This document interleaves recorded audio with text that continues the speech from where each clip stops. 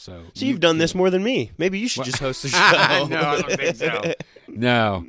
No, I don't mind talking. I'm not I mean, I was born with a cleft palate, so I had to learn to overcome that. No way. So, and I always talk about that when I do the podcast. Did you have surgery? Oh, yeah, when I was a kid. Okay. Yeah. But they couldn't fix it completely. So I wear a prosthesis, and the prosthesis blocks the hole in the roof of the mouth. Without it, it's horrible speech. Really? Oh, yeah, horrible. Yeah. Is it like a retainer that you take in and out? Yeah, it's like a retainer, yep. Whoa. Yeah, and it has a bulb. It's steel, and sometimes it's a pain in the butt. It's one of those things that I always tell people, it was one of those things I was born with that was a struggle, but it's now become a strength. Yeah. Because I tell people about it. It's Yeah, a tragedy, it became a triumph. Like an obstacle adversity. to overcome. Yep, a pain that became a purpose. So it's metal. Yep. Do you ever taste like irony in there? No. Oh, really? I'm so I used didn't know to if it. you were just like licking pennies back there. No. Have we started? Yeah, no, we might have that one edited out. Whoa, interesting. Does cleft palate also affect the lip sometimes? Yeah, sometimes it has a hair lip. Yeah. And I was fortunate not to have that. But like I said, they could not fix the palate part of me. Now, my youngest daughter had it, and they were able to fix it. Really? So is that hereditary? It is it's in the genes. No way. I did not know that. Yeah, I had a cousin who had it, had an uncle, on both my mom and dad's side. Okay. Wow. Yeah. So I got nailed. You got it. I got nailed. Out of 5 kids, I'm the one that got it. Yeah. Yeah. So you have 4 siblings. 4 siblings. Cool. 3 brothers, sister. Awesome. So, yeah. So we grew up pretty competitive and that kind of stuff. But they guarded me until they couldn't. Yeah. Then I had to fight my way through it. Yep. How was that? And I was a fighter. Yeah. Oh yeah, I was pretty aggressive. Yeah. I had to get aggressive. Uh-huh. Yeah. Oh, dude, kids are ruthless. They are. Kids are. And I got to the point, I was killer kid. I think he was like 11 or 12 and I was like 13 and he was making fun of me. I almost killed him. Seriously. I thought I did. No way. Yeah, I think I broke his neck. I was just so mad at him. I was like, crack. And he just kind of fell over. Oh, crap, I killed him. And he got up and he walked off like this. I never saw him again. Yeah, his neck was like leaning to the left. And I thought, oh, I shouldn't be this mad. Like a neighborhood kid or? Yeah. Just some random kid in Kmart? Neighborhood kid. Yeah, no. I knew who he was. I haven't seen him since. Okay. It's weird. Yeah. I don't know if he moved or maybe he did. Maybe he had to go to the hospital. I never heard back from him. I've heard he's still around. Yeah. You know. Did you get in a lot of fights as a kid? Can I ask that? Oh, yeah. Really? I've never been in a fight. I'm so curious. Yeah, I mean, I've been beat up. I've been beat up pretty bad twice, but then I've also been on the end on the other end. 2 or 3 hits and they're down and you just leave go. And I wrestled in high school. Oh, really?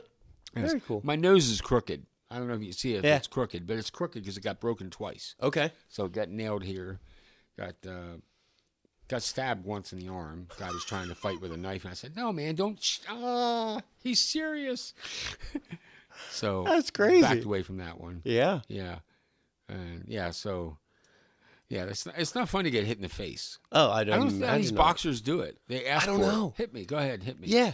I'll get bopped in the nose and instantly my eyes start watering. Yeah, these MMA fighters. I don't know how they do this. Yeah. Yeah. There's a different breed of people, for sure. Totally.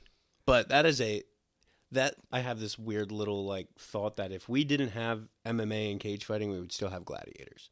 Yeah, it's like the closest thing. It is the closest It thing. is brutal. It is brutal. And like I don't understand it. I don't either. I think at some point, like every guy has a little bit of that, like, could I take it urge? Yeah. But you're going in there. Like I watched an interview with the one guy, and he's like, "We were trained, like when our sensei or whoever, I think he did jujitsu. It's like they were taught like try to inflict as much pain as possible on the other person. And he's like, you need to flip your mind because he's like, that's not something you just like have in everyday life. That's not a good thing to have in everyday life. You have to draw upon these animalistic behaviors, like from a lizard mind, and just go for it. And it's like, and then come back, and then they hug each other, and kiss each other. Yeah. Oh man, you did a great job, man. As their necks like this as well. Yeah, it's like I just killed the crap out of this guy, and now you're saying, "Hey, I love you, man. Yeah, great job. Yeah. Thanks for hitting me so hard. Hardest fighter I've ever seen." His eyes just twitching out. That's crazy. Thanks. So a lot of fights. Interesting. Yeah. Was a lot of that just like bullies, or you were just a rough kid, or what was that? No, I was fighting back. I was tired of being bullied. I was bullied growing Yeah. up incessantly. I mean, hitting the back of the head on the school bus, thrown down on a pile of ants. There's a story in the book, Next Level Your Life, or no, Think Big, where I was grabbed by some. I was out at the playground, and there's like a baseball diamond, and fourth graders were playing kickball, and I'm in like second grade, and I'm sitting there with my hands around the mesh watching, and I didn't hear these third graders come up behind me, and they grabbed me and threw me down on the ground. No way. And somehow they landed me on a pile of red ants, and they started saying, spell your name. They were spitting on me and making fun of me, and yeah, it was just horrible. Yeah. But finally the teacher goes, break it up, boys. And I stand up, and I got these ants crawling all in my body and everything, and I'm trying to rub them all off. So I'm running over to her side because I'm thinking, all right, she's going to rescue me. But I get to her, and she goes, what, are you stupid? Are you retarded? That's what she said to me. So, that was one of the most pathetic bullying situations I was in, that I've told that story for a purpose. Yeah. And that is that even though I had to go through that's part of who we are as people. Yeah. And it makes you look back and realize that's part of my strength is to go through that struggle. Yeah, no, and listen to anyone that's ever done anything worthwhile doing, and like adversity was always a part. Always. It's not that they had this like free ride and everything was easy flowing. And even if it is that, no one wants to hear that story anyways, because it's like, well, you didn't have a struggle in your life. Like, what's the point of that? I think it's important for everybody to identify the victim and the victor in themselves. And I think when you do that, I think your story becomes strong. Because your story won't resonate with these people, but it will with these. Mine won't resonate with those people, but it will with those. So we all have a story to tell. It's just a matter of, do we have the boldness and the courage to do it? For sure. And I think we all do. I think a hard part of that too is, like you said, understanding there's a victim and a victor, and that's a thin line to walk sometimes, because sometimes it's like, okay, you just need to man up and stop using this as an excuse. Because yes, everyone has trauma in their life at some point. You just got to pull yourself up by your bootstraps and go do it. There's also a great power in acknowledgement and being like, oh, this might have something to do with why I am the way I am, and then understanding that. Right. So yeah, it's a fine line, because I feel like in maybe the older generation, it was called a silent generation, like they never kind of talked about that. Right. And even like with my grandpa, now he's deceased now, but there's not a lot we knew about him, even though he had a super hard life, and we only found this out like when he was close to his death. Yeah. And it's just like, man, you kept that inside this whole time, like. Yeah, so they didn't look for that victimhood. They accepted life as it was. And when I say everyone has a victim and a victor in them, it's like it's not that you live on the victimhood, but you do have to show, okay, why am I a victor? Why am I good at this? Like if you got your own business, or if you got your own house, you got a successful marriage, you're a good father. How did that come about? Well, maybe there was something in my life in the past that was a pivot point or leveraged me to stay away or to come out of that victimhood. But you never stay in the victimhood because like you said, you got to man up. Yeah. Without being politically correct. That's just how it is. Yeah. And I think, too, a good thing to realize, especially as Americans, white Americans in this day and age, I've had a very comfortable life, and I'm very okay admitting that, because it's a privilege. But you hear these people where it's like, oh, it's just so hard. Go to people that are actually oppressed. Yeah. And instantly that will be cured, because you're like, oh, my word.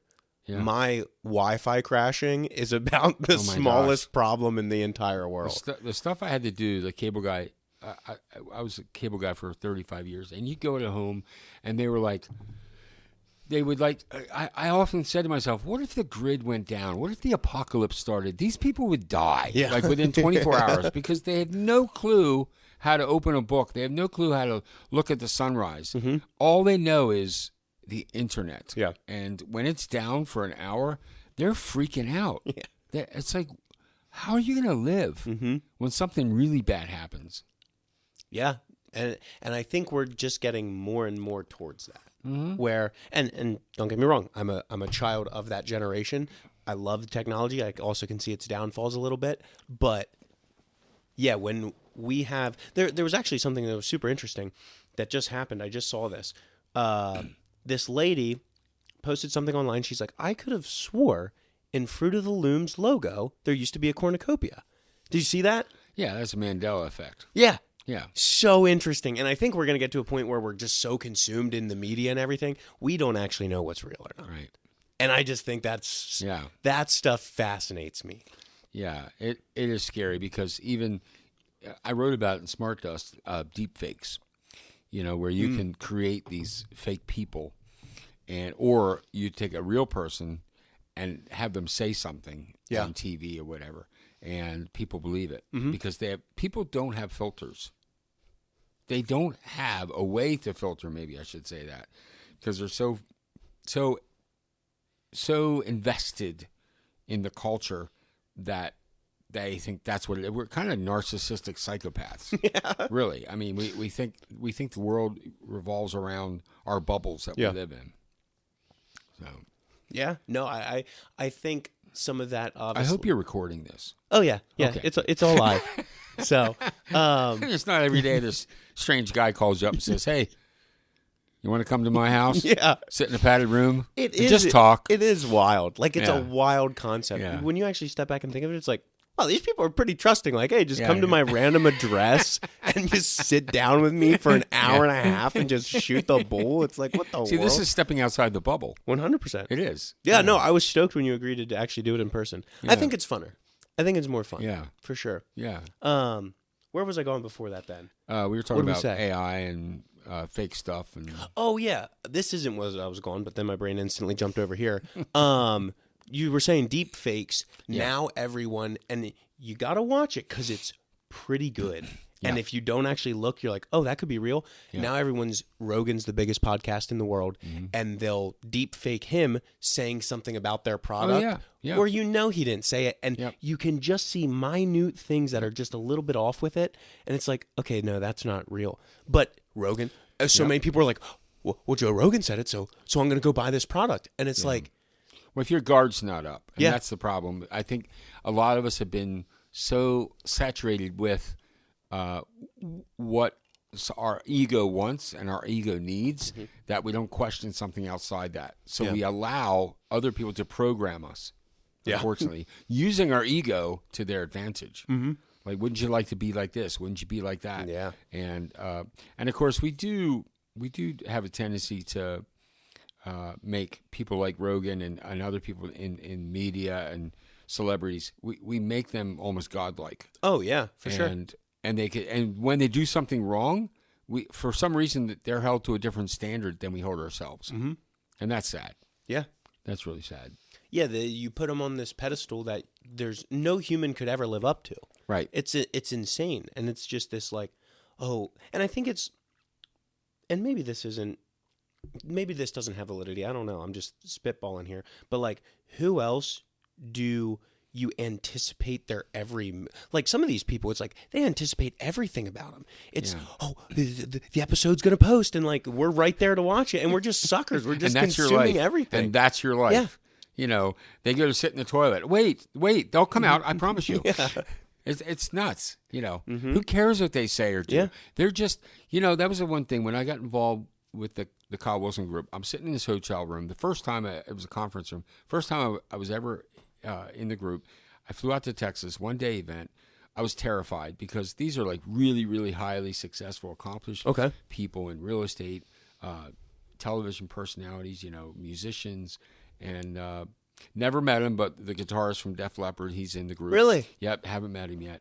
But different people, if I mention their names, and I'm sitting there, and at the end of the day, it's like a little round table, and there's like 40 of us around this room, and Kyle says to me, so what do you think, Dan? And I said, I learned something today that if I wouldn't have known all you people, I would assume that you walked on air. Mm-hmm.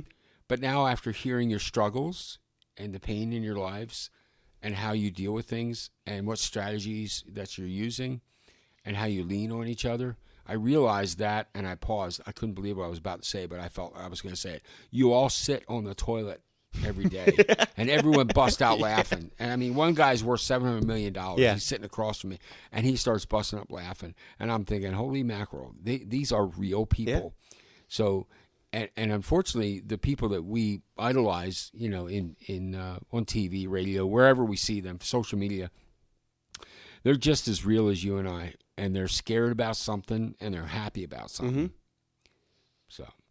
Yeah, no, it is a very interesting thing because all you see is what they present. Sure. And like even with this, like all these people are seeing is this tiny sliver of this studio. Right. And if we are ingenuous with this or we're just wanting the views and we're just wanting the clicks, you can be super inauthentic and get a ton of views and people are like, this guy's got the perfect life. Yeah, yeah. And it's like, no. No. Like some days this life sucks. Like, I'm not gonna lie. It's beautiful to be here, but also too, like the downfalls, the parts that suck is what makes everything else so nice and beautiful. And it's that balance. But yeah, you look at these people and these like the term influencer now. You look at these influencers and it's like, dude, what are you this isn't real. And like I get why you're posting it because I fall for the same stupid trap. But it's like this isn't real life. And I don't know. That's why I like podcasting. Because I tried having a YouTube channel before, and I found myself setting up shots and like, oh, if I would tweak this or fake this. And then I was like, dude, what am I doing? Yeah. Like, I look like an idiot out here. Yeah. And it made for a good shot. But like with this, it's like, it's just two people talking. Yeah, I like it. You're hanging out and having a real conversation. And that's the cool thing. That's why, I enjoy this. Cool. So, I love it too. It's very comfortable in here. Yeah. And I even turned the heat down for you. Yeah, and this chair, you know, it's like that. Is this leather? Yeah. Because it makes that noise, like you're embarrassed. You're not sure if you. Excuse me. Excuse me. No, that was the chair. Yeah. No, that was me. I actually did something. No, that was me this time. Sorry. No, I just picked that up. I was pumped about that. Facebook Marketplace. Really? What a find! Yeah. Only $100. Really? I was so pumped about it. That's and it has a nice color to it. Mm-hmm. And the looks good in the shot. Yeah, sure. Yeah. We're faking it a little bit. I ain't gonna lie. We're trying to make it look nice. It looks good. So. Yeah, but man, what were we talking about before we got on that? All kinds of stuff. I know. I got off. We got in the weeds. That's fine. You said you kind of were a tough child. Yep. And then moving into what was your first career? Well, I started right out of high school. Well, while I was in high school, I worked for a print shop. I worked really? On ABDIC 360, a Monolith 1250, a Korg, paper cutter, that kind of stuff. That was back in the day when everything was they were getting out of letterpress and into offset press. So nothing was digital. Everything was like they'd take a picture and they'd transfer it onto it like a plate, and then they'd wrap the plate around a drum. Then it would like roll over ink, and then that would print on the paper. Whoa! Yeah, and they did like envelopes for like F&M College and business cards and brochures and posters. It was a small mom and pop shop, but I just got recruited into a band. Really? Christian rock band called Damascus. That's how you met the Def Leppard guy. No, I haven't met him yet. But we did play with some pretty cool names, Mylan, Lefebvre, and we played at some big festivals. That's awesome. But I was working at this print shop, and we were getting more and more busy where we had to travel more. Okay. Because we got a contract to do an album. We got picked up by a label. And so I told the guy, hey, I'm going to have to, find another job where I can be more flexible. And he made a big stink about how stupid I was for leaving his shop. And, I was 18 years old, 19, something like that. But I found a job I worked at a Dairy Queen for my dad. That's right. I did that. There you go, scooping cream. Doing the ice cream, the ice milk. It wasn't ice cream, it was ice milk. But then the band got real busy, so I hooked up with this guy that did drywall. Okay. But that really wasn't what I wanted to do. But I got a job as a cable guy when I was 20. But I was still doing the band. Still doing the band. So I got a job as a cable guy and loved it. Absolutely loved it. But the band took us off on the road a lot. So you were touring like the whole 9 yards? Yeah. We're like Canada, out to Iowa, Ohio, Indiana, New York, Connecticut, Virginia, Maryland, No way. Oh yeah, we had a bus. You know, of course we had to break down a couple times. Yeah. But yeah, and so we did that. And I did odd jobs to kind of On the road. cash. Yeah. Well, no, at home. Okay, so you'd come home. We were based out of Lancaster, so we would go out. Gotcha. And anyway, I met a girl, and I was going to get married, and I thought I don't want to do this anymore. So I got a stable job, But the cable career always attracted me, so I kept going back to the cable industry. Ended up telling people stories. You meet the weirdest people and see the weirdest stuff all day long. Tell people about it, and they'd say, "Wow, you got to write a book. You got to write a book." So I finally did. I wrote a book. I had it all ready to go to an editor. I gave her the disc. This is back 2013. Gave her a disc. Okay. With it on. And so everything was digital at this point? Almost. Okay. Yeah. Yep. And I was like, okay. And my computer crashed. So I got back to the editor and said, hey, I got a problem. My computer crashed. Is there any way I can get that back from you? I can make a copy of it. And she said, I lost it. So I had nothing. The entire book was gone. How much work was that? That was about probably 2 years worth of work. No way. Yeah, of writing and stuff. So what I did was I did the depression thing for like 3 months. I can't believe this happened. I always wanted to be a writer. Always wanted to be a published author. And now I'm like down in the dumps. Like, man, how can you sew yourself into something so big beyond yourself, telling these short stories to people? Because I used to tell them on the road too. Okay. Anyway, I got to write it. So I rewrote it. That's what you see here. This is the actual version. Iteration 2. Yeah, but most people don't know. This is the second time this book was written. No way. Yeah, and but by the way, right before that was written, a radio station got a hold of me and said, "Hey, we remember you telling stories on stage. Would you be interested in writing a short radio spot, like, about your stories, and with like a point to it?" I said, "Yeah, sure." So I thought, well, I'll write 5 of them. They're only supposed to be a minute long. Okay. So I wrote 5 and recorded them at the station. They played them. He came back and says, "Hey, can you do another 5?" I'm like, I don't know. That's a lot of writing. I don't know if I can do that. Well, I did it over and over, and finally, and after 6 years, I took some breaks. A little bit in more there. than 5. Yeah, I took some breaks in there, but it was over 1,000 1-minute shows. Cool. That I wrote and recorded. Now think about this: little boy, cleft palate, bullied, afraid to speak. I got involved in school plays, which really helped. My family toured. We sang. I was in a band. We did stuff. Now here I am on the radio talking to thousands of people. In the band, tens of thousands all across the country. So that struggle became a strength. Yeah. So the book came out, and I was really happy with it. Wow, okay, I'm done. I'm now a published author. Yeah. With no clue that all that was coming, all these stacks of books here were going to be coming in the next 10 years. That's awesome. Yeah. Very cool. Yeah. Did you always have like a passion for writing, or it was more just like someone told you to do it and you're like, I'll give it a shot? No, I think what happened was because I was afraid to speak. Okay, I was afraid people wouldn't understand me, or I didn't want to speak. Yeah. I read. Oh, okay. Always reading. Like when I was in elementary school, we had something called the SRA program, where while you're having class, you get done a little early. You can go in the back of the room. There's this box with a whole bunch of short stories. You can read it, and then you can answer the questions, and you get a scorecard. And I was always the first one to get the box done because I loved to read. So because I loved to read, my mind loved to think. Yeah. The pictures in the book, the words in the book created pictures in my mind. So it was something that was developed without my knowing. Gotcha. Yeah. Very cool. So, have you ever read a book and then watch a movie and like hate the movie? Yes. I can tell you what you create in your mind is different. The first time, and you're not going to believe this, I don't read a lot of fiction. Okay. Even though that's what Smart Dust, my novel, is, and that's what the Chronicles of Elwick is. Those are fiction. But I read a lot of nonfiction. But I read a book back before it was a movie, Jurassic Park. Oh, yeah. And the first book, I read it. I loved it. I went to a beach for a weekend trip or whatever, and I read the whole thing. Could not believe it. Loved it so much. Movie comes out. I am so excited. I am tripped out. I am definitely going to see this movie. I love this book so much. I'm sitting through the movie, and I'm going, no. This is wrong. This is not what I saw in my head. Please stop. There's nothing you can do about it. So, yeah, totally. Yeah. Yeah. Yeah, that's it. Honestly, that's exactly how I am. I don't listen to podcasts, and here I am making them. Yeah, exactly. I don't know why. It's just, I like people talking. send me their books, and I know if you're listening out there, my Don't get apologies. offended. Don't get offended.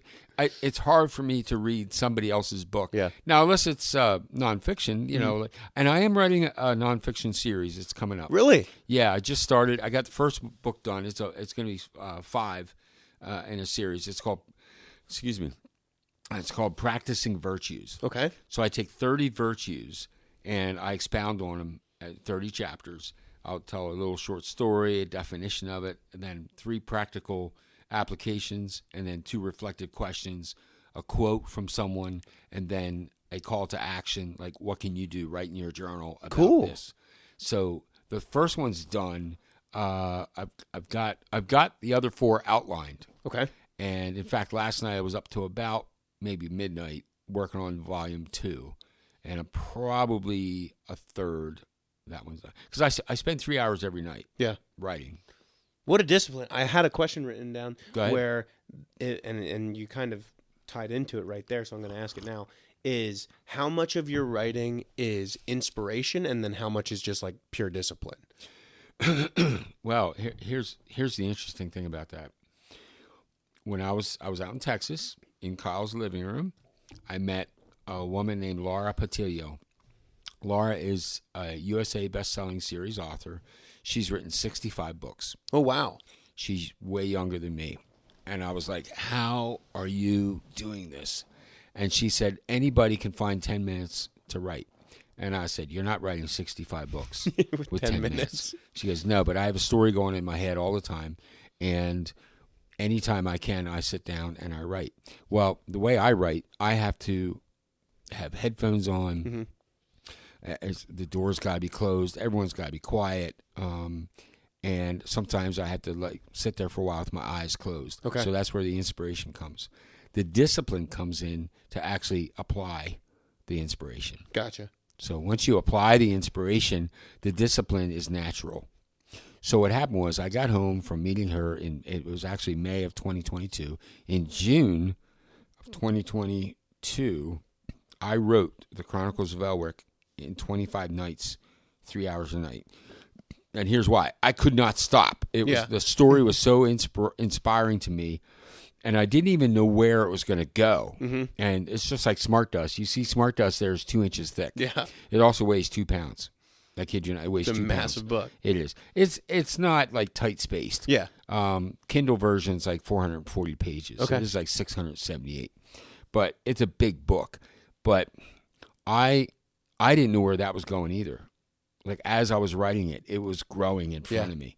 So the inspiration was there, but I think once I got the discipline of actually spending minimum 1 hour a night, it grew to that consistent 2-3 hours a night. Yeah. Now I will say it would be more difficult if I was younger. And here's why. Because I had kids. Yeah. I still do. They're 4 daughters. They'd be running around the house. There's no way. There's just no way to write when you don't have and I'm the interactive dad. I can't let my wife do everything. Yep. So I'm changing the diapers. I'm helping the kids with the schoolwork. I'm putting them to bed. Go back to bed, please. That kind of stuff. So there wasn't a lot of time to be in that creative space, but now there is. Gotcha. Yeah, that's they're all adults, and I'm like, whatever. It's quiet in my house. I can do whatever I want. So that's a very creative process, but you would need more seclusion. That's what you're saying? Yeah, I think, well, yeah, because I wrote all 3 books that I, well, 4, 5, yeah, there's 4 that I've written. One's coming out, that's number 5. Okay, so all 4 of them, I had to be secluded, but it didn't mean the same place. Gotcha. Yep. So a lot of Smart Dust was written at the beach, in the cottage. We'd go on vacation, and sadly, I'm not a beach guy, but I love the beach. So They all go to the beach, and I sit in the cottage with coffee and whatever, and I drink. Yeah. And I drink coffee, and I sit. Yeah. Wow. Okay. I see where the inspiration that's comes helped from. as well. But no, I mean, I sit there, and then I'll go for a walk, Yeah. and I come back, and I write more. And I bet on 2 years in a row, 2 vacations in a row, a week long, I think I probably wrote a good 30 hours. That's each awesome. of those. Which, if you think about it, that's, if it was 10 days, that's 3 hours a day. Yeah. But it was more like 7 days, so it was like 4 hours every day. So it might have been an hour after breakfast, 2 hours in the afternoon, and then an hour in the evening. And the great thing about that is, Jeffrey, is when you're done, when you look at the end of your day, and you look back and you say, "Wow, I accomplished this." And why it took 4 years is because the technology of smart dust is changing all the time, because it's a real technology. Gotcha. This fog thing that's going around the country, people are sending me videos. Is this smart dust? Well, yeah, it could be. It could be smart dust. Interesting. But you said this is a fictional book, but It's based on real technology. Interesting. Yeah, it's based on real technology. Hitachi was not the inventor, but they are the developer of it. 1992 is when they came out with the protocol that most people know about. It's about the size of a grain of a sand. It's Okay. a micro electromagnetic magnetic. I forget. It's a MEM is what it's called. MEM. Okay. And they can be transmitted. They can just be dropped from an airplane, and they can float with the current. And they're transmitters. Okay. They're actually robots, and you can have, what happened when the military got a hold of it? And what they did was they spread it over these fields where they knew enemy combatants would be. So miles away, they could sit there with a receiver and say, "Okay, it looks like there is 4 tanks and 100 troops on the ground," Use it as based on the surveillance. vibration of the smart dust particles. Huh. In fact, what some of the story is that they spread these smart dust particles around the base of this volcano where there was seismic activity going on. Okay. And when these research scientists went back to this little cottage and they opened up the door and they go in and they're looking at all the data, and they see real-time data, not just the data that they had been looking to capture for like a week or two, but real-time data right now. What is this? Instantly, what's happening? Yeah, what's going on right now? And they realized their heartbeats were being registered, picked up by the smart dust particles. No way. And sent to this receiver. Yeah, and then on the screen they could go, "Well, wait a minute, what's this modulation?" Oh, and then they read, John's wrist, and we realize that's John. Well, who's that? Well, that's Mary. So they could actually see each other in frequency modulation form based on smart dust particles picking up the vibration of their body. Really? Yeah. And is that the term you coined for it, or that's like the Smart term? dust? Yeah. No, that's real. Okay. You just look up smart Yeah, I dust. didn't know anything about it. Hardly anybody does. This book's way ahead of its So time. are we going down a conspiracy rabbit hole right now? Oh, it's not a conspiracy. It's actually real technology. Oh, you got to Yeah, do but is just aren't look it most up. conspiracies Well, real? you know what they say. What's the difference between reality and a conspiracy theory? It's about 6 months. I like that. But I'll tell you what. Here's another one that came out after my book was published. There's something called Thera grippers. Thera. Okay. Thera grippers. Thera grippers, and they look like parasitic worms. It's actually a technology based on the parasitic worm that like opens up and grasps onto a surface based on heat. All right. Okay. So you can fit about 100 of these on the tip of a Q-tip, and they have medicine in them. And Johns Hopkins University is experimenting with this, where you could swallow this, and then they put heat on your chest, and the Theracrypts open up and attach themselves and release some medication for the GI tract. Really? Yeah. But Just look then it do up. they like let it go and you pass them? Or Yeah, what happens? either that or they just stay there forever.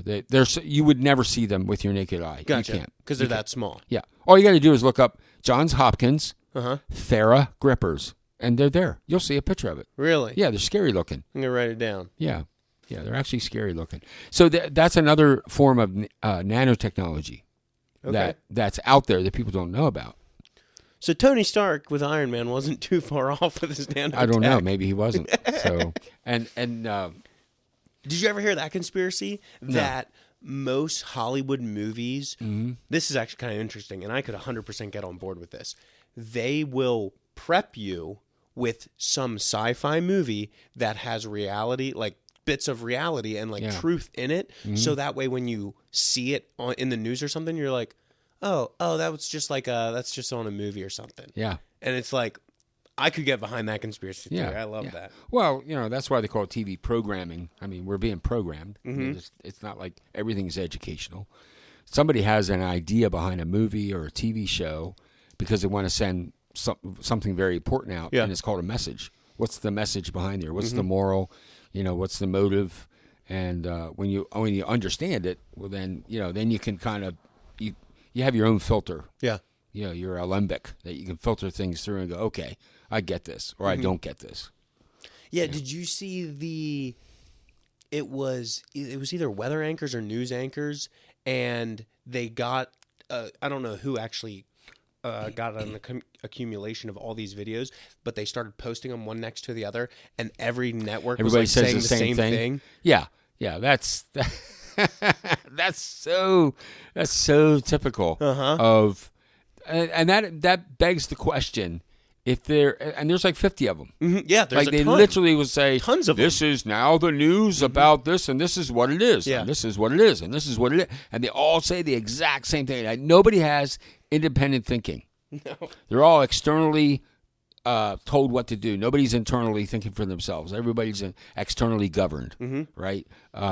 So yeah, I talk about that in Smart Dust. I do. I talk about that like how easy it is for the media to implement strategies to mold us to think certain ways, just like the cornucopia with the Fruit of the Loom onion or underwear. And there's so many different things like that you think, well, wait a minute, I thought it was Jiffy peanut butter. Yeah.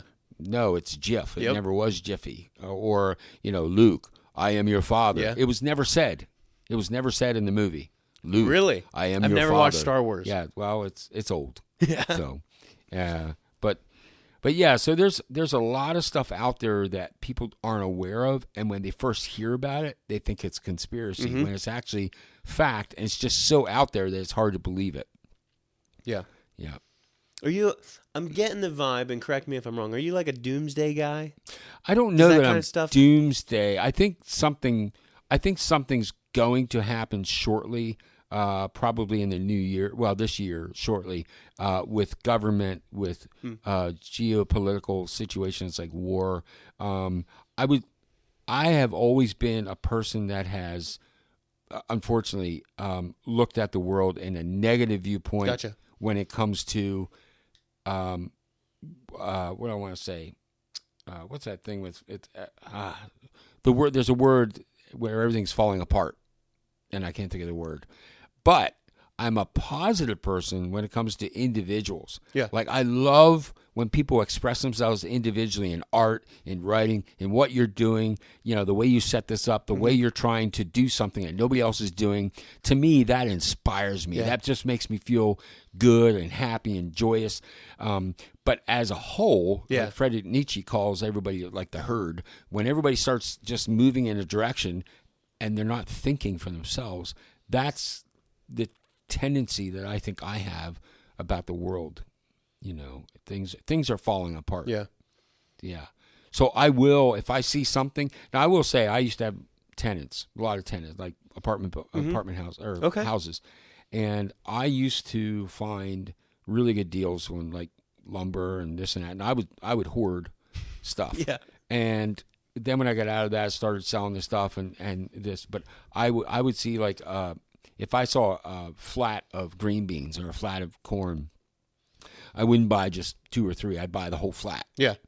And what that did was I would save money over time because obviously something would go up 20 cents. I was already ahead of the game. But I had tenants. And a lot of them were, I would say, lower middle class, if not poor. Yeah. And but I would give out a lot of food. Really? Yeah, and I still do it. That's cool. If I see food on sale, I will buy more than I need. Yeah. Because I know someone else is going to need this. Are you a big Blessings of Hope guy then? Do you know what that organization is? I do, and I'll tell you what happened. The first time I heard of them, I was part of a church called Timberline down in Strasbourg. Okay. And I was new there, and this guy was sitting there talking to these young guys about reaching out in the community, and every Sunday they'd sit there and talk about it.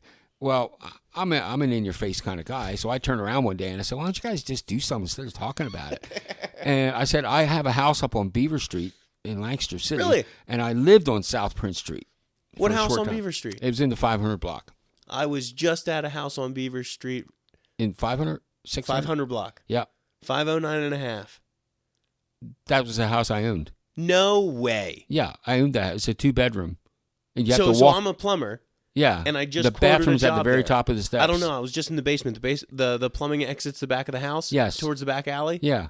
No. Yeah, you shot. can drive around the back of Yep. the alley. Yeah, that was my house. No way. Yeah, I owned that. That is Yeah. insane. I literally Yeah, it's a just. little tiny house. Yep. Did Real you go in the tiny thing. house? Yep. So it's a very narrow house. Mhm. And if you walk, did you go in the front door? Yeah. Did you notice there's like an opening to go up the steps? Yeah. Okay, I cut that out. Really? That was a wall, and you go in and you go up the steps. And what I did was opened it up so you could go either way. No way. And then you step up into the kitchen. Yep. It's a galley kitchen. And then you go out into a laundry room. I built that laundry room. Really? I built that. Yeah. That's so. And that Dude, deck what outside. are the chances? It's nuts. It's- and the door has a cross on it. We're in I the don't know if you remember. Matrix. Yeah, I'm telling you. I mean, when you said 509.5, I mean, I got chills. Seriously, I owned that house for I think it was 5 years. I owned it. That is a crazy. I'm sitting over here and I'm just like, dude, what if? No, what if this guy that's has nuts. this? That is insane. Yeah, that was my house. So they need the new landlord is just looking to take the sewer out the front because Yeah. there's sewer right on that street instead Yeah. of sending it all the way out the back. Yeah, so it makes sense. We're looking to do that job for him. I just got that guy a quote. That's so incredible. bizarre. Sorry, I totally No, derailed you. that's weird. That's Yeah. awesome. And there's room right beside that house to pull back behind it. Yeah. Wow. Yeah, yeah, that's a long story, but anyway, because I knew the area, I said to these guys at this church, I said, let's get some food together. We'll walk up and down this block here. And so we did it. And then we did it again, and we got more and more volunteers. Eventually, someone said, well, have you heard of Blessings of Hope? Mm-hmm. No. Well, we bought, I think it was 50 boxes from them. Okay. And then now these people are getting used to us every, 3 times a year. It's like Thanksgiving, Christmas, New Year's. We walk on the door, we knock on the door. Hey, you guys need some food for the holidays? Yeah. So we got it up to 100 boxes and 2 vans 3 times a year. That's awesome. Yeah. And then they kind of took it over. I stopped doing it. I think they still do it. That's incredible. Yeah. Very cool. On Beaver Street every year for 3 times a year. That's cool. And I started that years ago because that was my heart. If you're gonna help somebody, why don't you feed them? Yeah. And maybe then you can spread your message. But don't just do it and don't take a lot of pictures. Hey, look at us. This is what we're doing. Yeah, that makes sense. Yeah. With you saying that, my brain goes to this, and I feel like you would be a good one to ask since you're in that world. And it's a potentially controversial topic. I don't know. Have you ever heard the term toxic charity? No. So the idea behind it is when you are giving so much that someone just becomes enabled and dependent on what you're giving. Yeah. And I never heard of it up until a year ago. And then I was like, oh, maybe that makes a little bit of sense. So then I was trying to wrestle around with it and figure out what I think on it. And because maybe even it ties back into what we were saying earlier with the victim and victor, they can constantly claim the victim status. But that's a really hard line to even navigate. Because it's it is doing something good for a neighbor. Right. I believe we should be doing that. But then are we enabling them? But then also, too, it's well, do we even know their full story? Can they even go out and supply for themselves? It's a weird thing. I don't know exactly what I think on it yet. Well, here I wrote a chapter in a book for the Los Angeles Tribune. Okay, it was a best-selling book, Los Angeles Tribune, and I was one of the authors. They asked me, they read my stuff, said, "Would you write a chapter for us?" Sure. Okay. I said, "Can I write it on anything I want?" "Yeah, you can." "Okay, great." So I told a story. Me and my daughters were down in Baltimore, Inner Harbor, and there's a homeless guy there. Mm-hmm. And I walk up and I give him $5. And we're walking by. And this guy's on this bench. He sees it. He goes, "He's probably going to buy booze with it." And I said to my daughters out loud, and this is in the story, girls, I would rather give to the wrong person, be judged for giving to the wrong person, than being judged for not giving at all. Yeah. All right. So there is a key, maybe, awareness that you have to have when you're doing this, because obviously the scripture talks about true religion is taking care of the widows and the orphans, right? Okay, people who cannot take care of themselves. Now, there are people that can take care of themselves but might be in a rough spot. Yeah. And we can help them, but it doesn't mean we become their provider. And that's, I think, where that comes into where it's toxic, where they rely on you and you rely on doing this to feel good or something. So so maybe more of the toxicity is actually with the person giving than the person receiving. Like yeah, because the person giving, it loses the motive. They're doing it because they want either they want people to know, or they just want to feel good because they got some kind of guilt complex. Yeah, they're not doing it because they truly love that person. And maybe they did it the first time, the second time, and after a while, it's like now it's obligation. Yeah, and then there's another problem. If it's obligation, now they're going to feel like, I gotta do this again because they're expecting it. Yeah. And now, and yeah, they're getting fed, but it's like, do you teach them, or do you just reach them? I mean, what do you do? Yeah, man, I don't know how we got on this tangent, but charity's a tough one for me because you have those people that obviously take advantage of the system because they're out there, and then you have the people that are truly in need of something, and it's very hard to discern the two because as a human race, and I can say this about them because I am them, we're great manipulators. Oh, yeah. We can manipulate and put on a show, put on a front, make everything look. Well, and unfortunately, like the welfare department, okay, so when we had our third daughter, okay, we were in a bad place financially, right? And it was C-section, it was emergency, and I think the bill was about $10,000. Okay. And we didn't have it. And we paid for our other daughters. We didn't have insurance. We paid for literally $4,000 a year or whatever. It was $10,000, and this is going back quite a bit.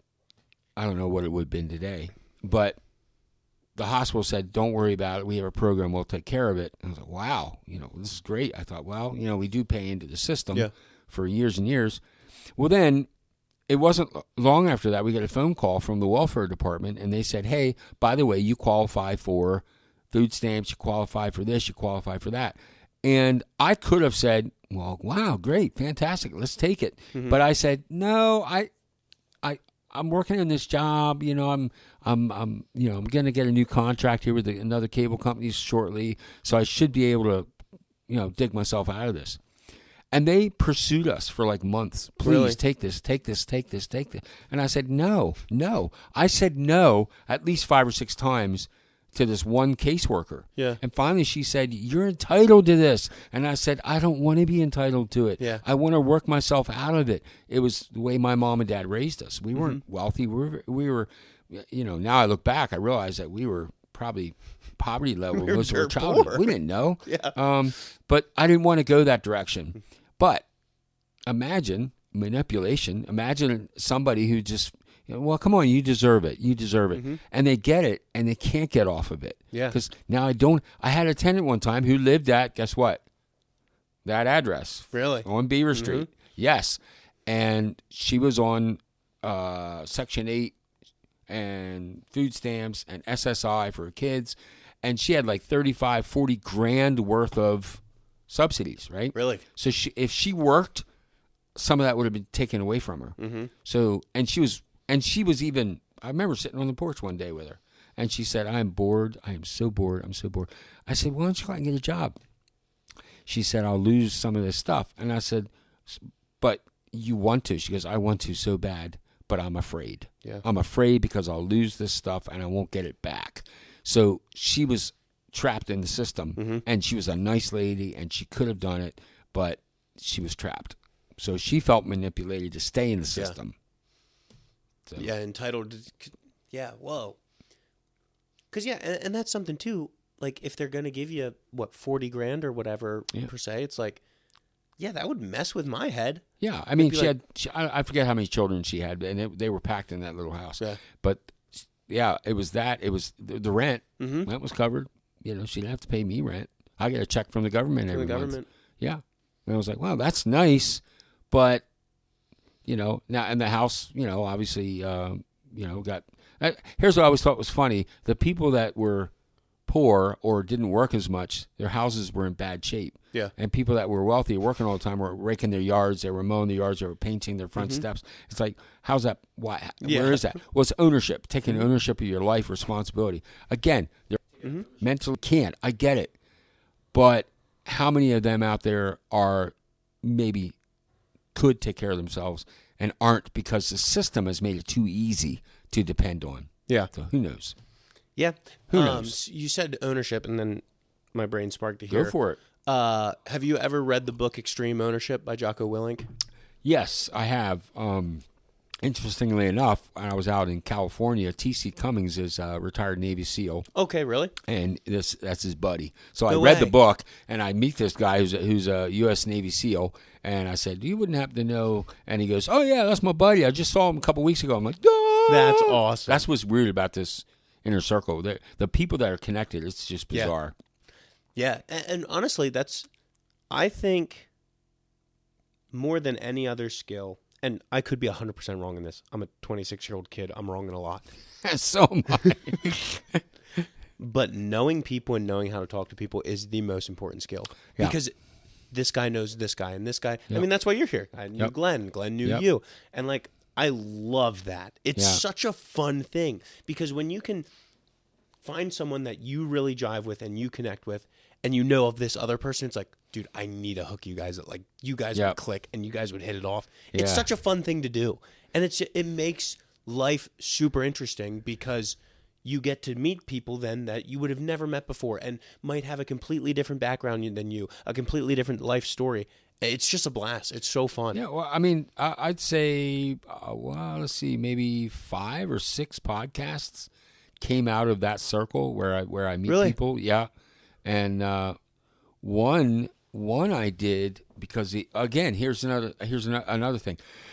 Kyle Wilson says he's going to be on the LA Tribune for this weekend thing, and they're honoring Dennis Waitley. Dennis Waitley is still around. He's 91 years old. He's written like 16 classic best-selling books, Psychology of Winning. I've been now in his home twice. That's for sweet. 2 days. Yeah, unbelievable. But, Kyle talks about he was on the LA Tribune. So I'm watching him on the LA Tribune, and I'm commenting, right? And they notice me, and this one guy who's a host of the show gets a hold of me and says, "Hey, can we chat sometime?" So we start chatting, and he says, "I'd love to have you on my show." It's great. Yeah, no problem. Well, unbeknownst to him, another host of the show who lives in Germany, who broadcasts from Germany, reaches out to me and says, "I would love to have you on my show. All your comments were so apropos, and you were communicating very well. And Yeah. who are you?"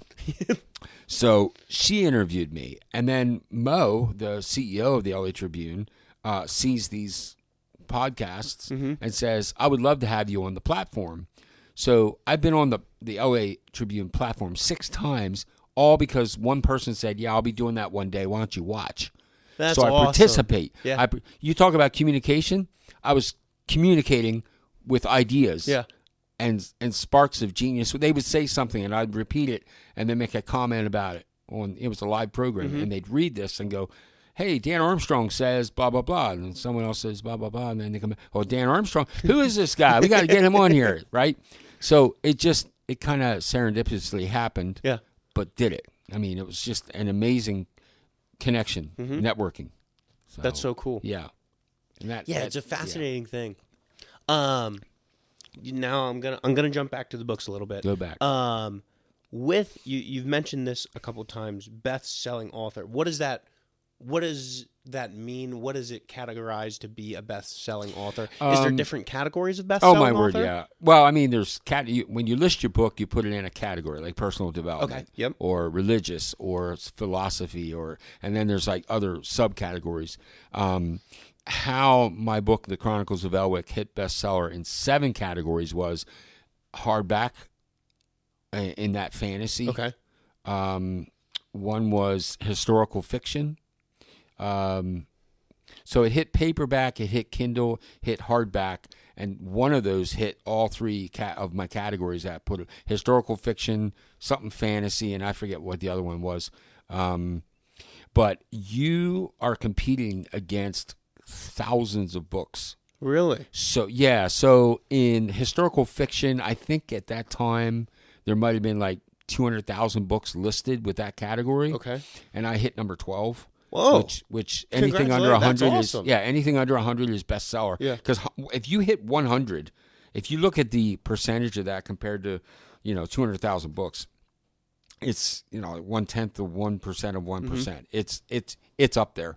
So you have to hit that where you get enough books purchased on that day or that week that So it's overcomes. based off time period. Yes. Gotcha. Yeah. Okay, I didn't know. Yeah, how you that could see worked. someone says they're a bestseller for 7 weeks in a row. That means they're in their category selling.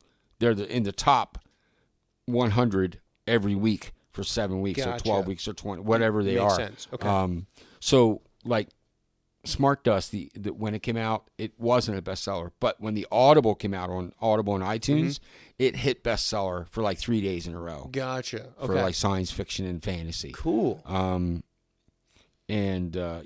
now these books, Think Big and Next Level, the ones that are collaborative, they hit bestseller in like 40 categories, That's awesome. and also international. Yeah. So I think they're both international bestsellers in like 7 or 8 categories. So, and it might be business, might be real estate, might be philosophy.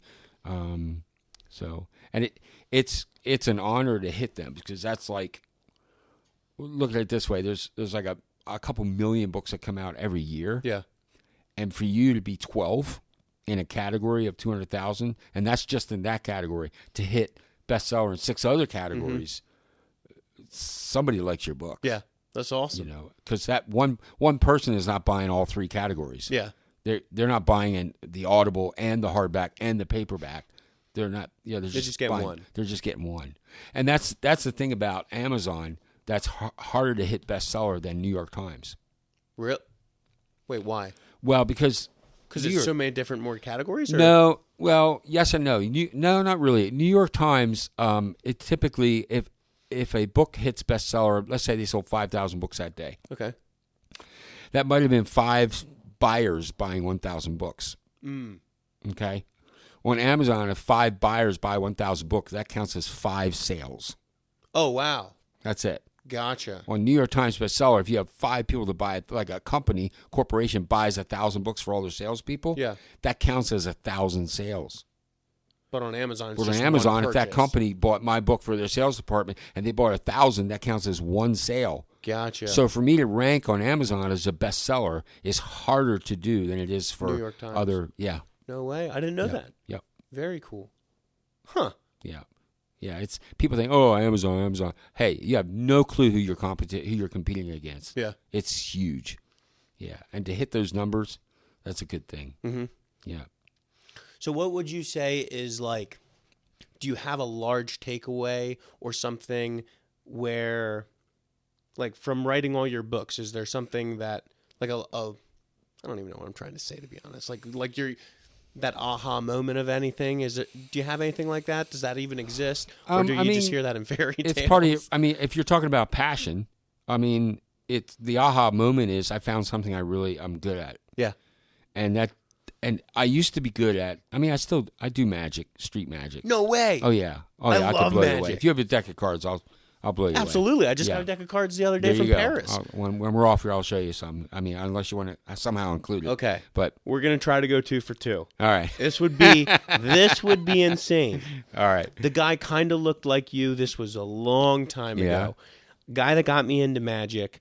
He was performing at was it Adamstown or something? It was at an antique mall. Antique mall? No, That was me. shot. I'm just kidding. No, you suck. I was about to lose No, my it's not me. mind. No. He was bald and he looked like you. And Yeah, I was like, no, it wasn't way. me. Okay, Another man, good-looking guy. that would have been Another hilarious. Bruce Willis. That would have been hilarious. Okay, now that tangent's over, continue.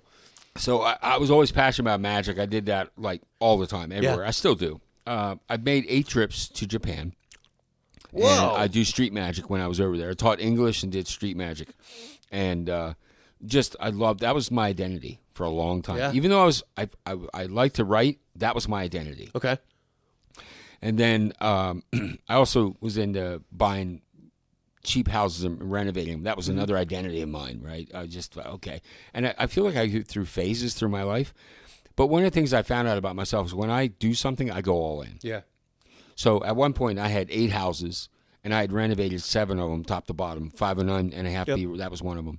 And that you ready for this? I bought the house for $15,000. That doesn't. Yeah. What time period was that? Like 10 years ago. That makes it sound It's way nuts. old. Sorry, It's I don't not. know why you. It's not that. No, the thing is, it was such a dive. Yeah.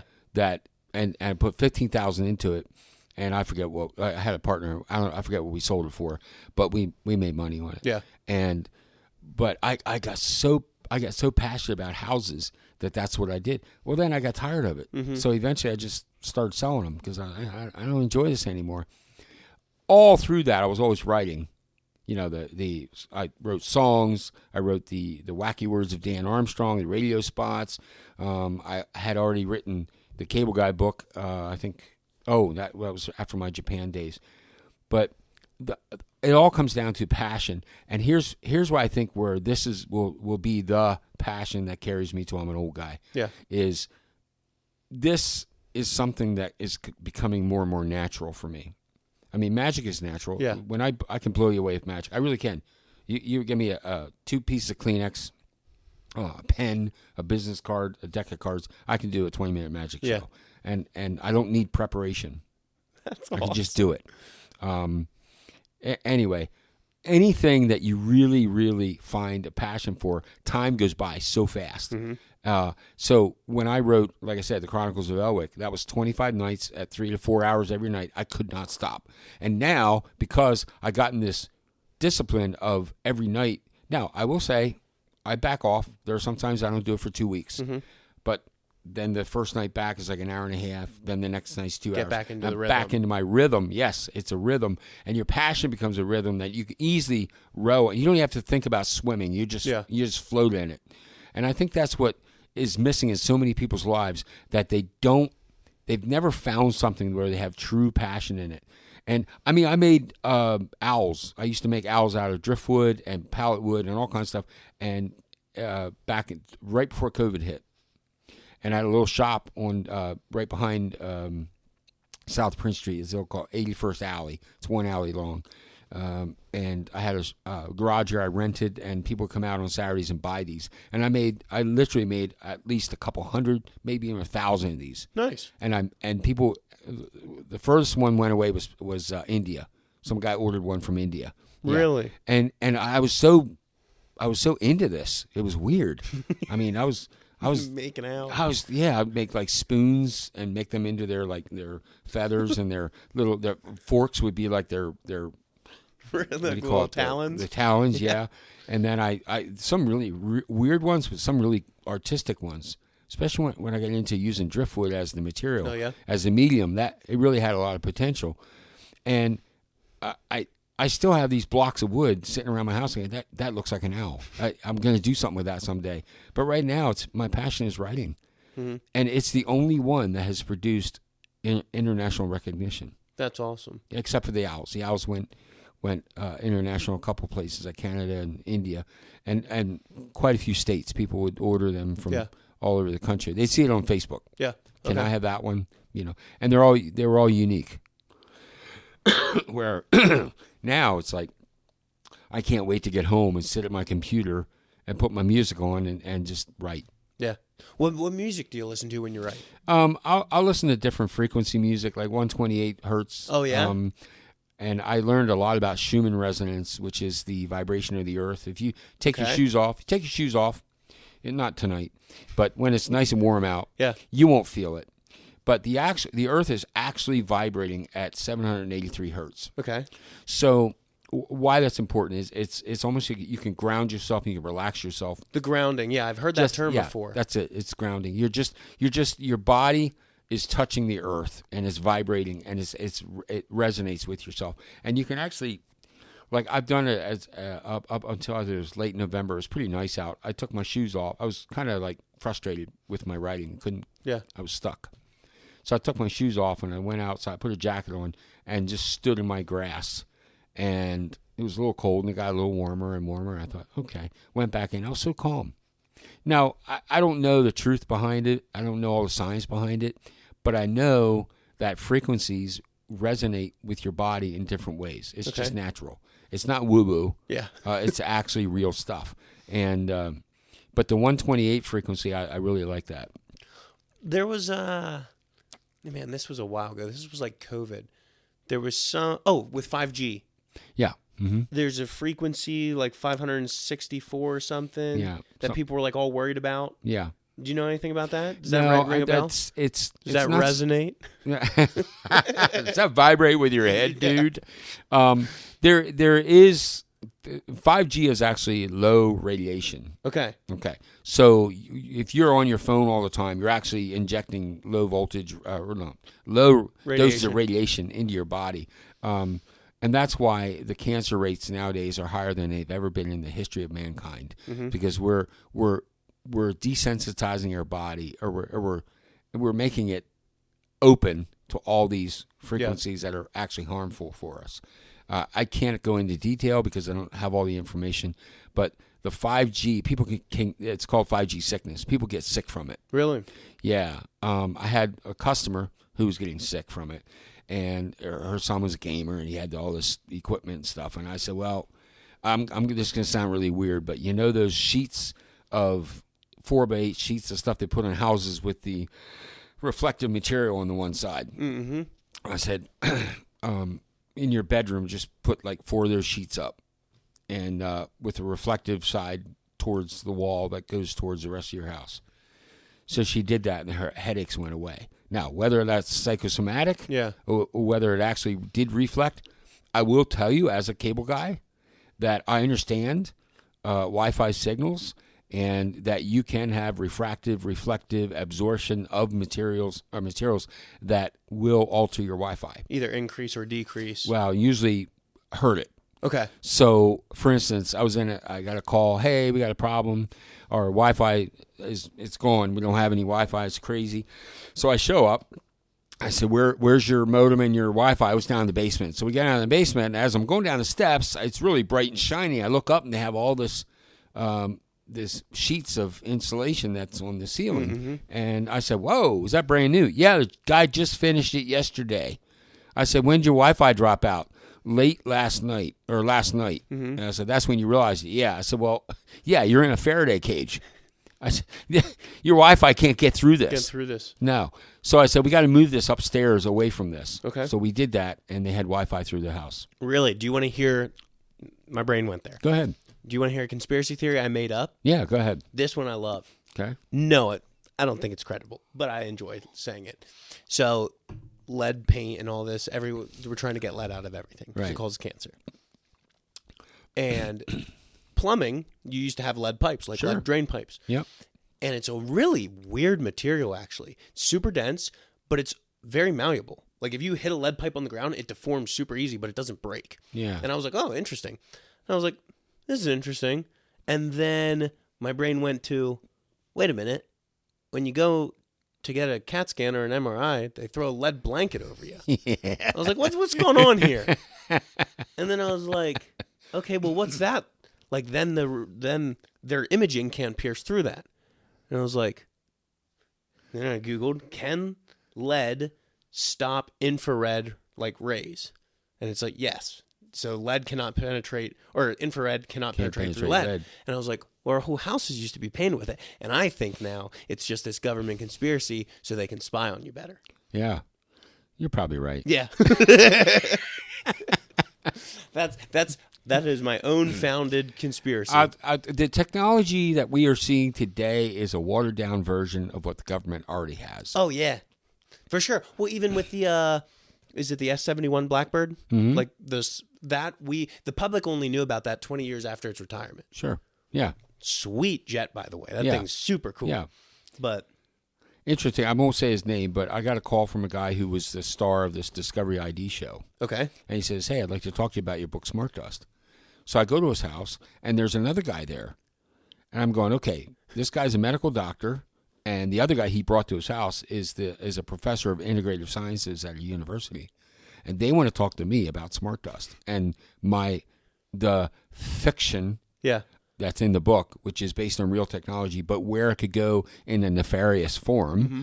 And they're like, where'd you come up with this? And they started telling me things that they know that the public doesn't know, but I can't give their name out for reasons. Obviously. Right? Yep.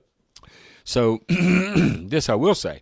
So then the one doctor says to the other doctor, you really need to ask him about his next book he's working on, which I didn't finish, but it's a sequel to Smart Dust, and it's called Smart Waves. Okay. And I'm probably giving out a great concept for someone to write a book on it. I'm 50,000 words into it. I put it aside to get a couple of these other books done.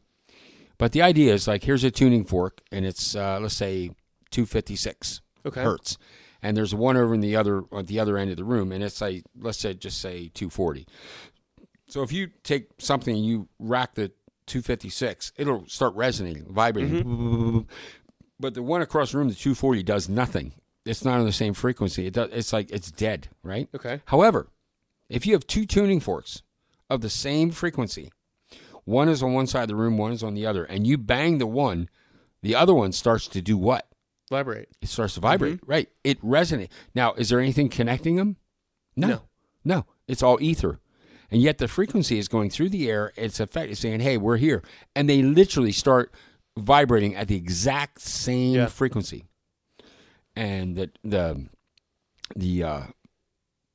say the integrative science guy, I'll call him the professor. He was a professor. He goes, so what are you getting at? And I said, well, have you ever heard of Voice of God technology? And he goes, never heard of it.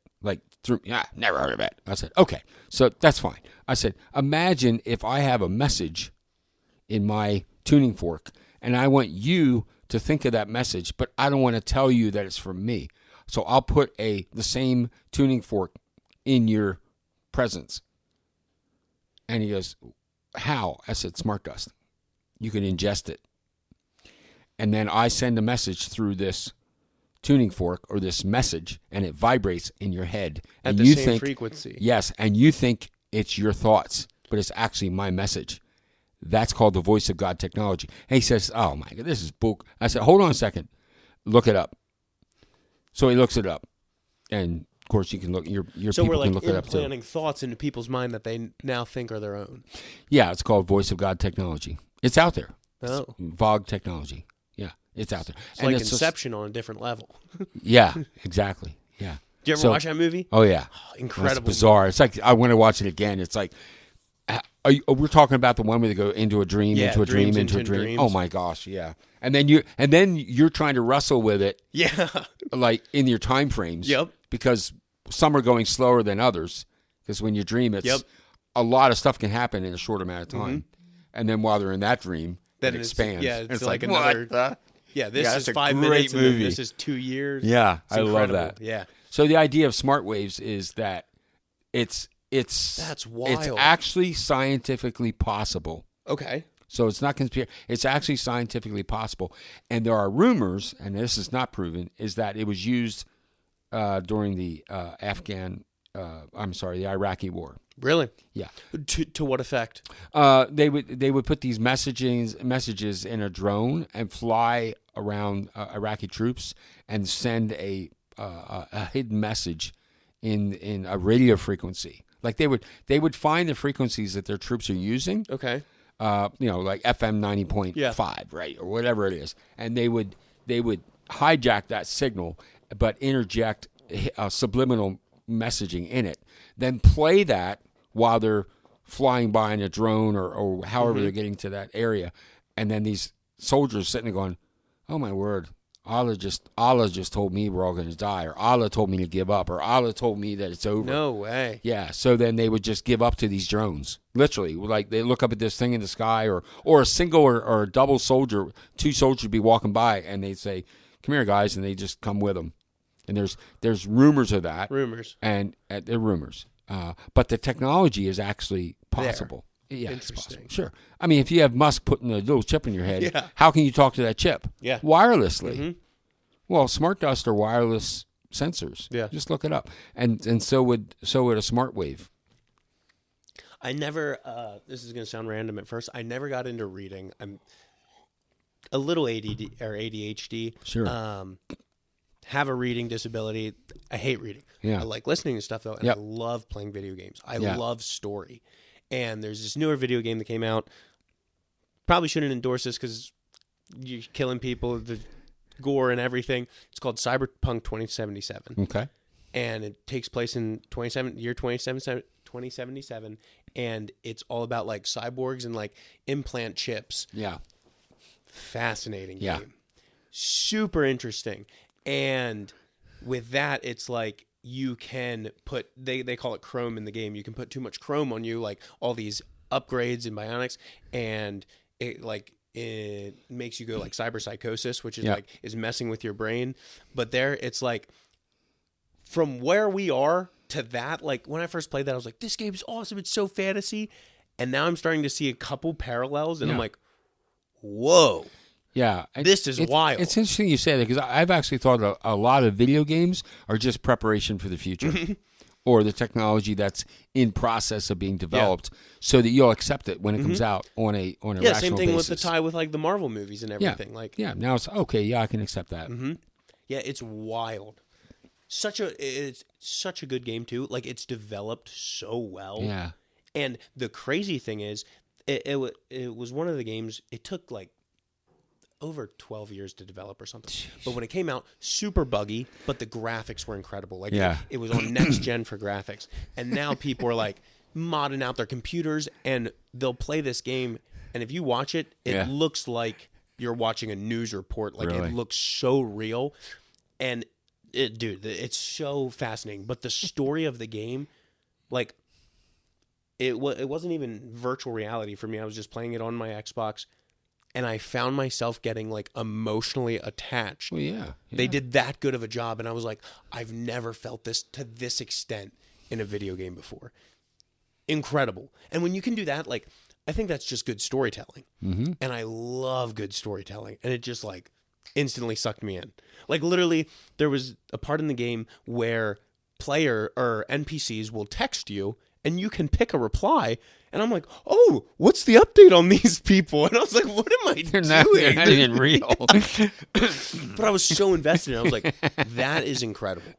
Like the power that whoever developed this, or the hundreds or thousands of people that developed this, have me that suckered that I'm like anticipating a text from a computer game. Well, the storytelling is the most impactful communication device ever. I mean, think about prehistory when people say they, different groups, they sat around and they told stories around the campfires, and then or tradition or lore is passed down through what? Stories, storytelling. So the most impactful way to communicate to any audience is to tell them a story. Good story. And that's what these games are doing. They're just telling you a story. Yeah. There's a message behind it. Whether you like the message or not, it's there. Someone's not going to put on a TV show and say, well, we don't really have a message. Yeah. Unless they do a show about nothing, which is Seinfeld. But it turned out to be a great show anyway. So, great show about nothing. Are you a big movie guy? I know you said you didn't like movies, but now, sorry, I should go to show guy. No, I don't know. I mean, I really was into The Walking Dead. I thought that was interesting. Yeah, I never got into that. Yeah, I got into that. And I got into that because I was in somebody's house, and they were making all these weapons. And I thought, weird, man. Yeah. And they lived in this farm, and they said, yeah, the zombies come over that hill there. We're going to be ready for them. And I'm thinking, what are you guys talking about? And they kind of scared me a little bit because I was there for an hour, and they didn't want me to go in this one room because that's where they had the secret weapons and the stashes. And it was just kind of bizarre. And then the one guy says, you ever watch The Walking Dead? And I said, no, I never. I saw clips. Oh, you got to watch that, man. Maybe you'd understand us a little better. I'm like, okay. Well, I watched the first couple episodes, and I thought, you know what? This is really interesting. But I never, in my wildest dreams, want to ever go visit those people again because they were brainwashed to think that this was actually going to happen. They literally thought that they had to hit these zombies in the head, and that's the only way to kill them. They thought that something was going to happen. Apocalypse was coming. They thought it was coming. Yeah, in that way, in that demonstration. And so, I think, so I don't know. I'm not really, I mean, I will go see a movie once in a while. I'd watch a lot of educational stuff. Yeah. That's good. I'm into philosophy. I'm also into science. I want to know, how they know something. Yeah. Like, how do you know the molecule is there? what's an atom? How do you do this? And then also when you get into, and I love tiny houses. I like watching shows about tiny houses. Yeah. And I like watching stuff about, travel stuff. I don't get into, I don't know. I don't get into much stories anymore. Really? Yeah. I write them. Yeah. No, you write them. But I don't like to, yeah. Yeah. It's weird. Yeah. Yeah. No, that's all right. I'm polar. I'm bipolar with that. Oh, you write books. You'd love this book. No, I wouldn't. Yeah. Guy sent me a book the other day. You're gonna love this book. I'm looking at it. No, I won't. Yeah. Well, why'd you spend the money, man? I love you, man. Can I send this back? No. I send it from Amazon. Don't worry. I don't like reading. I ain't gonna send you books. Yeah. No, don't worry about it. Yeah. So, but that's why Audible is great because that's where your storytelling comes in. Smart Dust is an Audible. Chronicles of Elwick is an Audible. My next book coming out will be an Audible, The Tales of Havenbrook, which is a sequel. What's that about? That one? Tales of Havenbrook is the follow-up to the Chronicles. Chronicles of Elwick is about a kid named Elwick. Okay. And his dad's a carpenter in the small medieval village. I love medieval times. It's all medieval. And he goes out to the forest to check the maturity of the trees and see which one's ready to be harvested. And he's tired. He sits down and kicks his feet into the dirt, and there's something hard under the dirt, and he digs it up, and it's a little box, and it's a treasure chest with a map to the fabled Temple of Wisdom and Truth. So everyone's heard about it, but no one's ever been there and reported back. So he goes back to the village, shows his dad. Everyone says, you got to go. Although they're mocking him, he does go. Mm-hmm. And they think, he'll be back tonight or tomorrow. And he never comes back. Anyway, he goes on a journey. He finds the Temple of Wisdom and Truth, meets several people along the way, and ends up spending time there. But time for him there is like a few weeks. But the actual time is like 30 years. Oh, wow. Okay. So when he returns, he's an older man, and he becomes a sage of wisdom. Mm-hmm. So he comes back, and he builds the tower, which he saw at this place, and he builds a tower where he teaches. And then throughout the story, there's morals and virtues that people learn. So the Tales of Havenbrook is actually 18 chapters that each one of them stand on their own. Okay. Where there are different characters in the village that promulgate or teach a virtue in action of some sort. Gotcha. Like making tea or helping a neighbor or something. But it's pretty intense. Yeah. I got some great reviews from best-selling authors all over the country that will be in the book as advanced reviews. Yeah. Yeah. Huh, cool. And with the books you write, the fiction ones, I mean, are they littered with kind of the virtues and stuff you've learned along your life? Is that your style? Do you try to put in like little Easter eggs where most people wouldn't know, but it's there for you? Yeah, like in Smart Dust, there's a book that's called Alex's Journal. Okay. And you don't meet Alex until the very end, but you don't know that. And the whole journal is about sarcasm, about government. It's all sarcasm about people being manipulated. Gotcha. And it's my thoughts.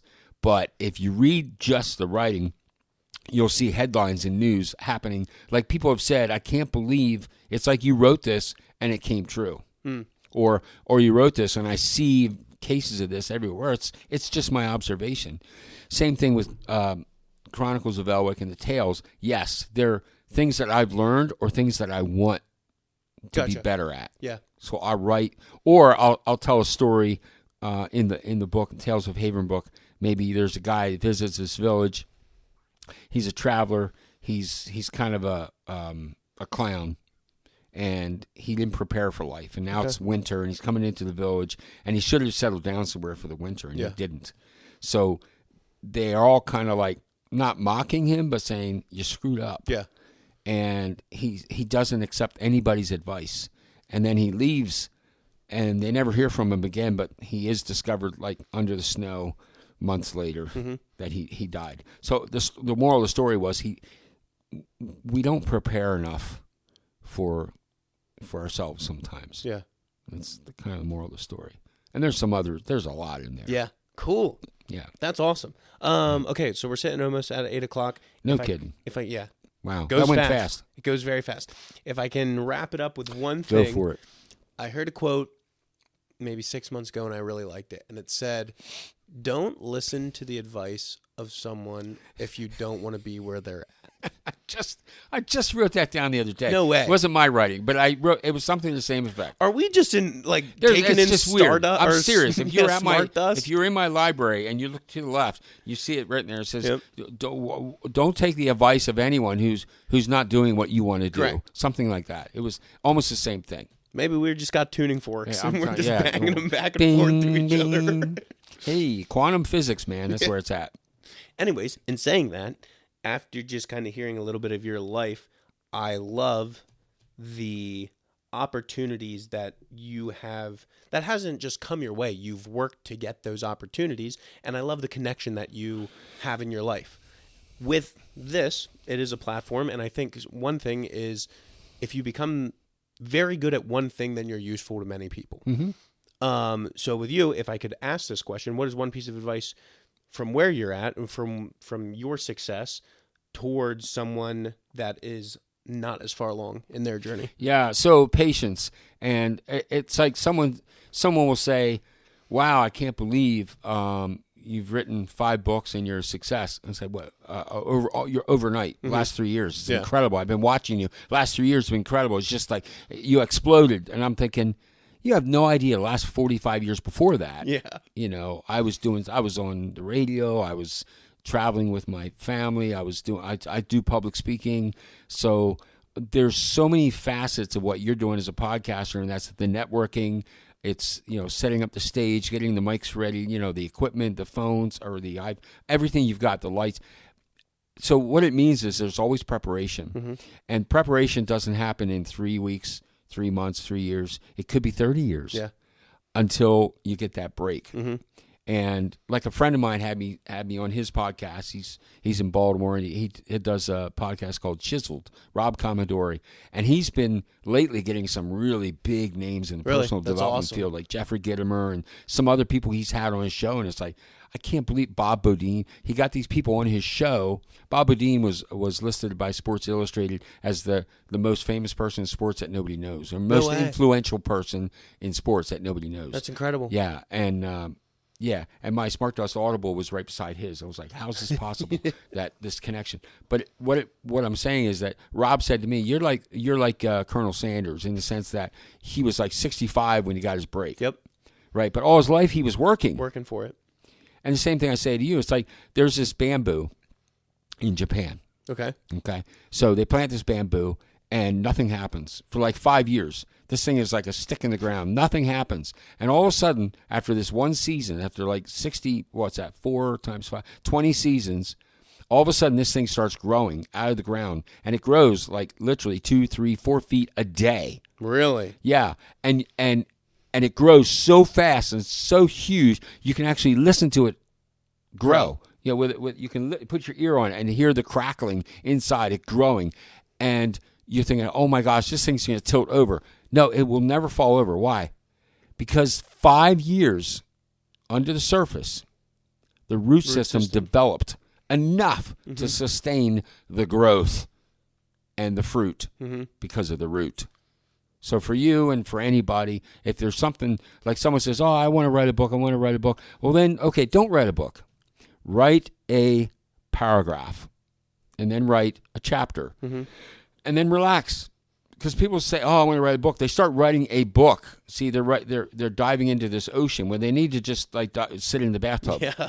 Right? Just turn the water on. Yeah, just turn the water on. And don't worry about the big picture. Just worry. Now, me, I know, I now can look and say, I'm going to write another book. Yeah. I probably, if the way my mind is working right now, I'll probably have 3 books written this year. That's awesome. And next year, probably another 3.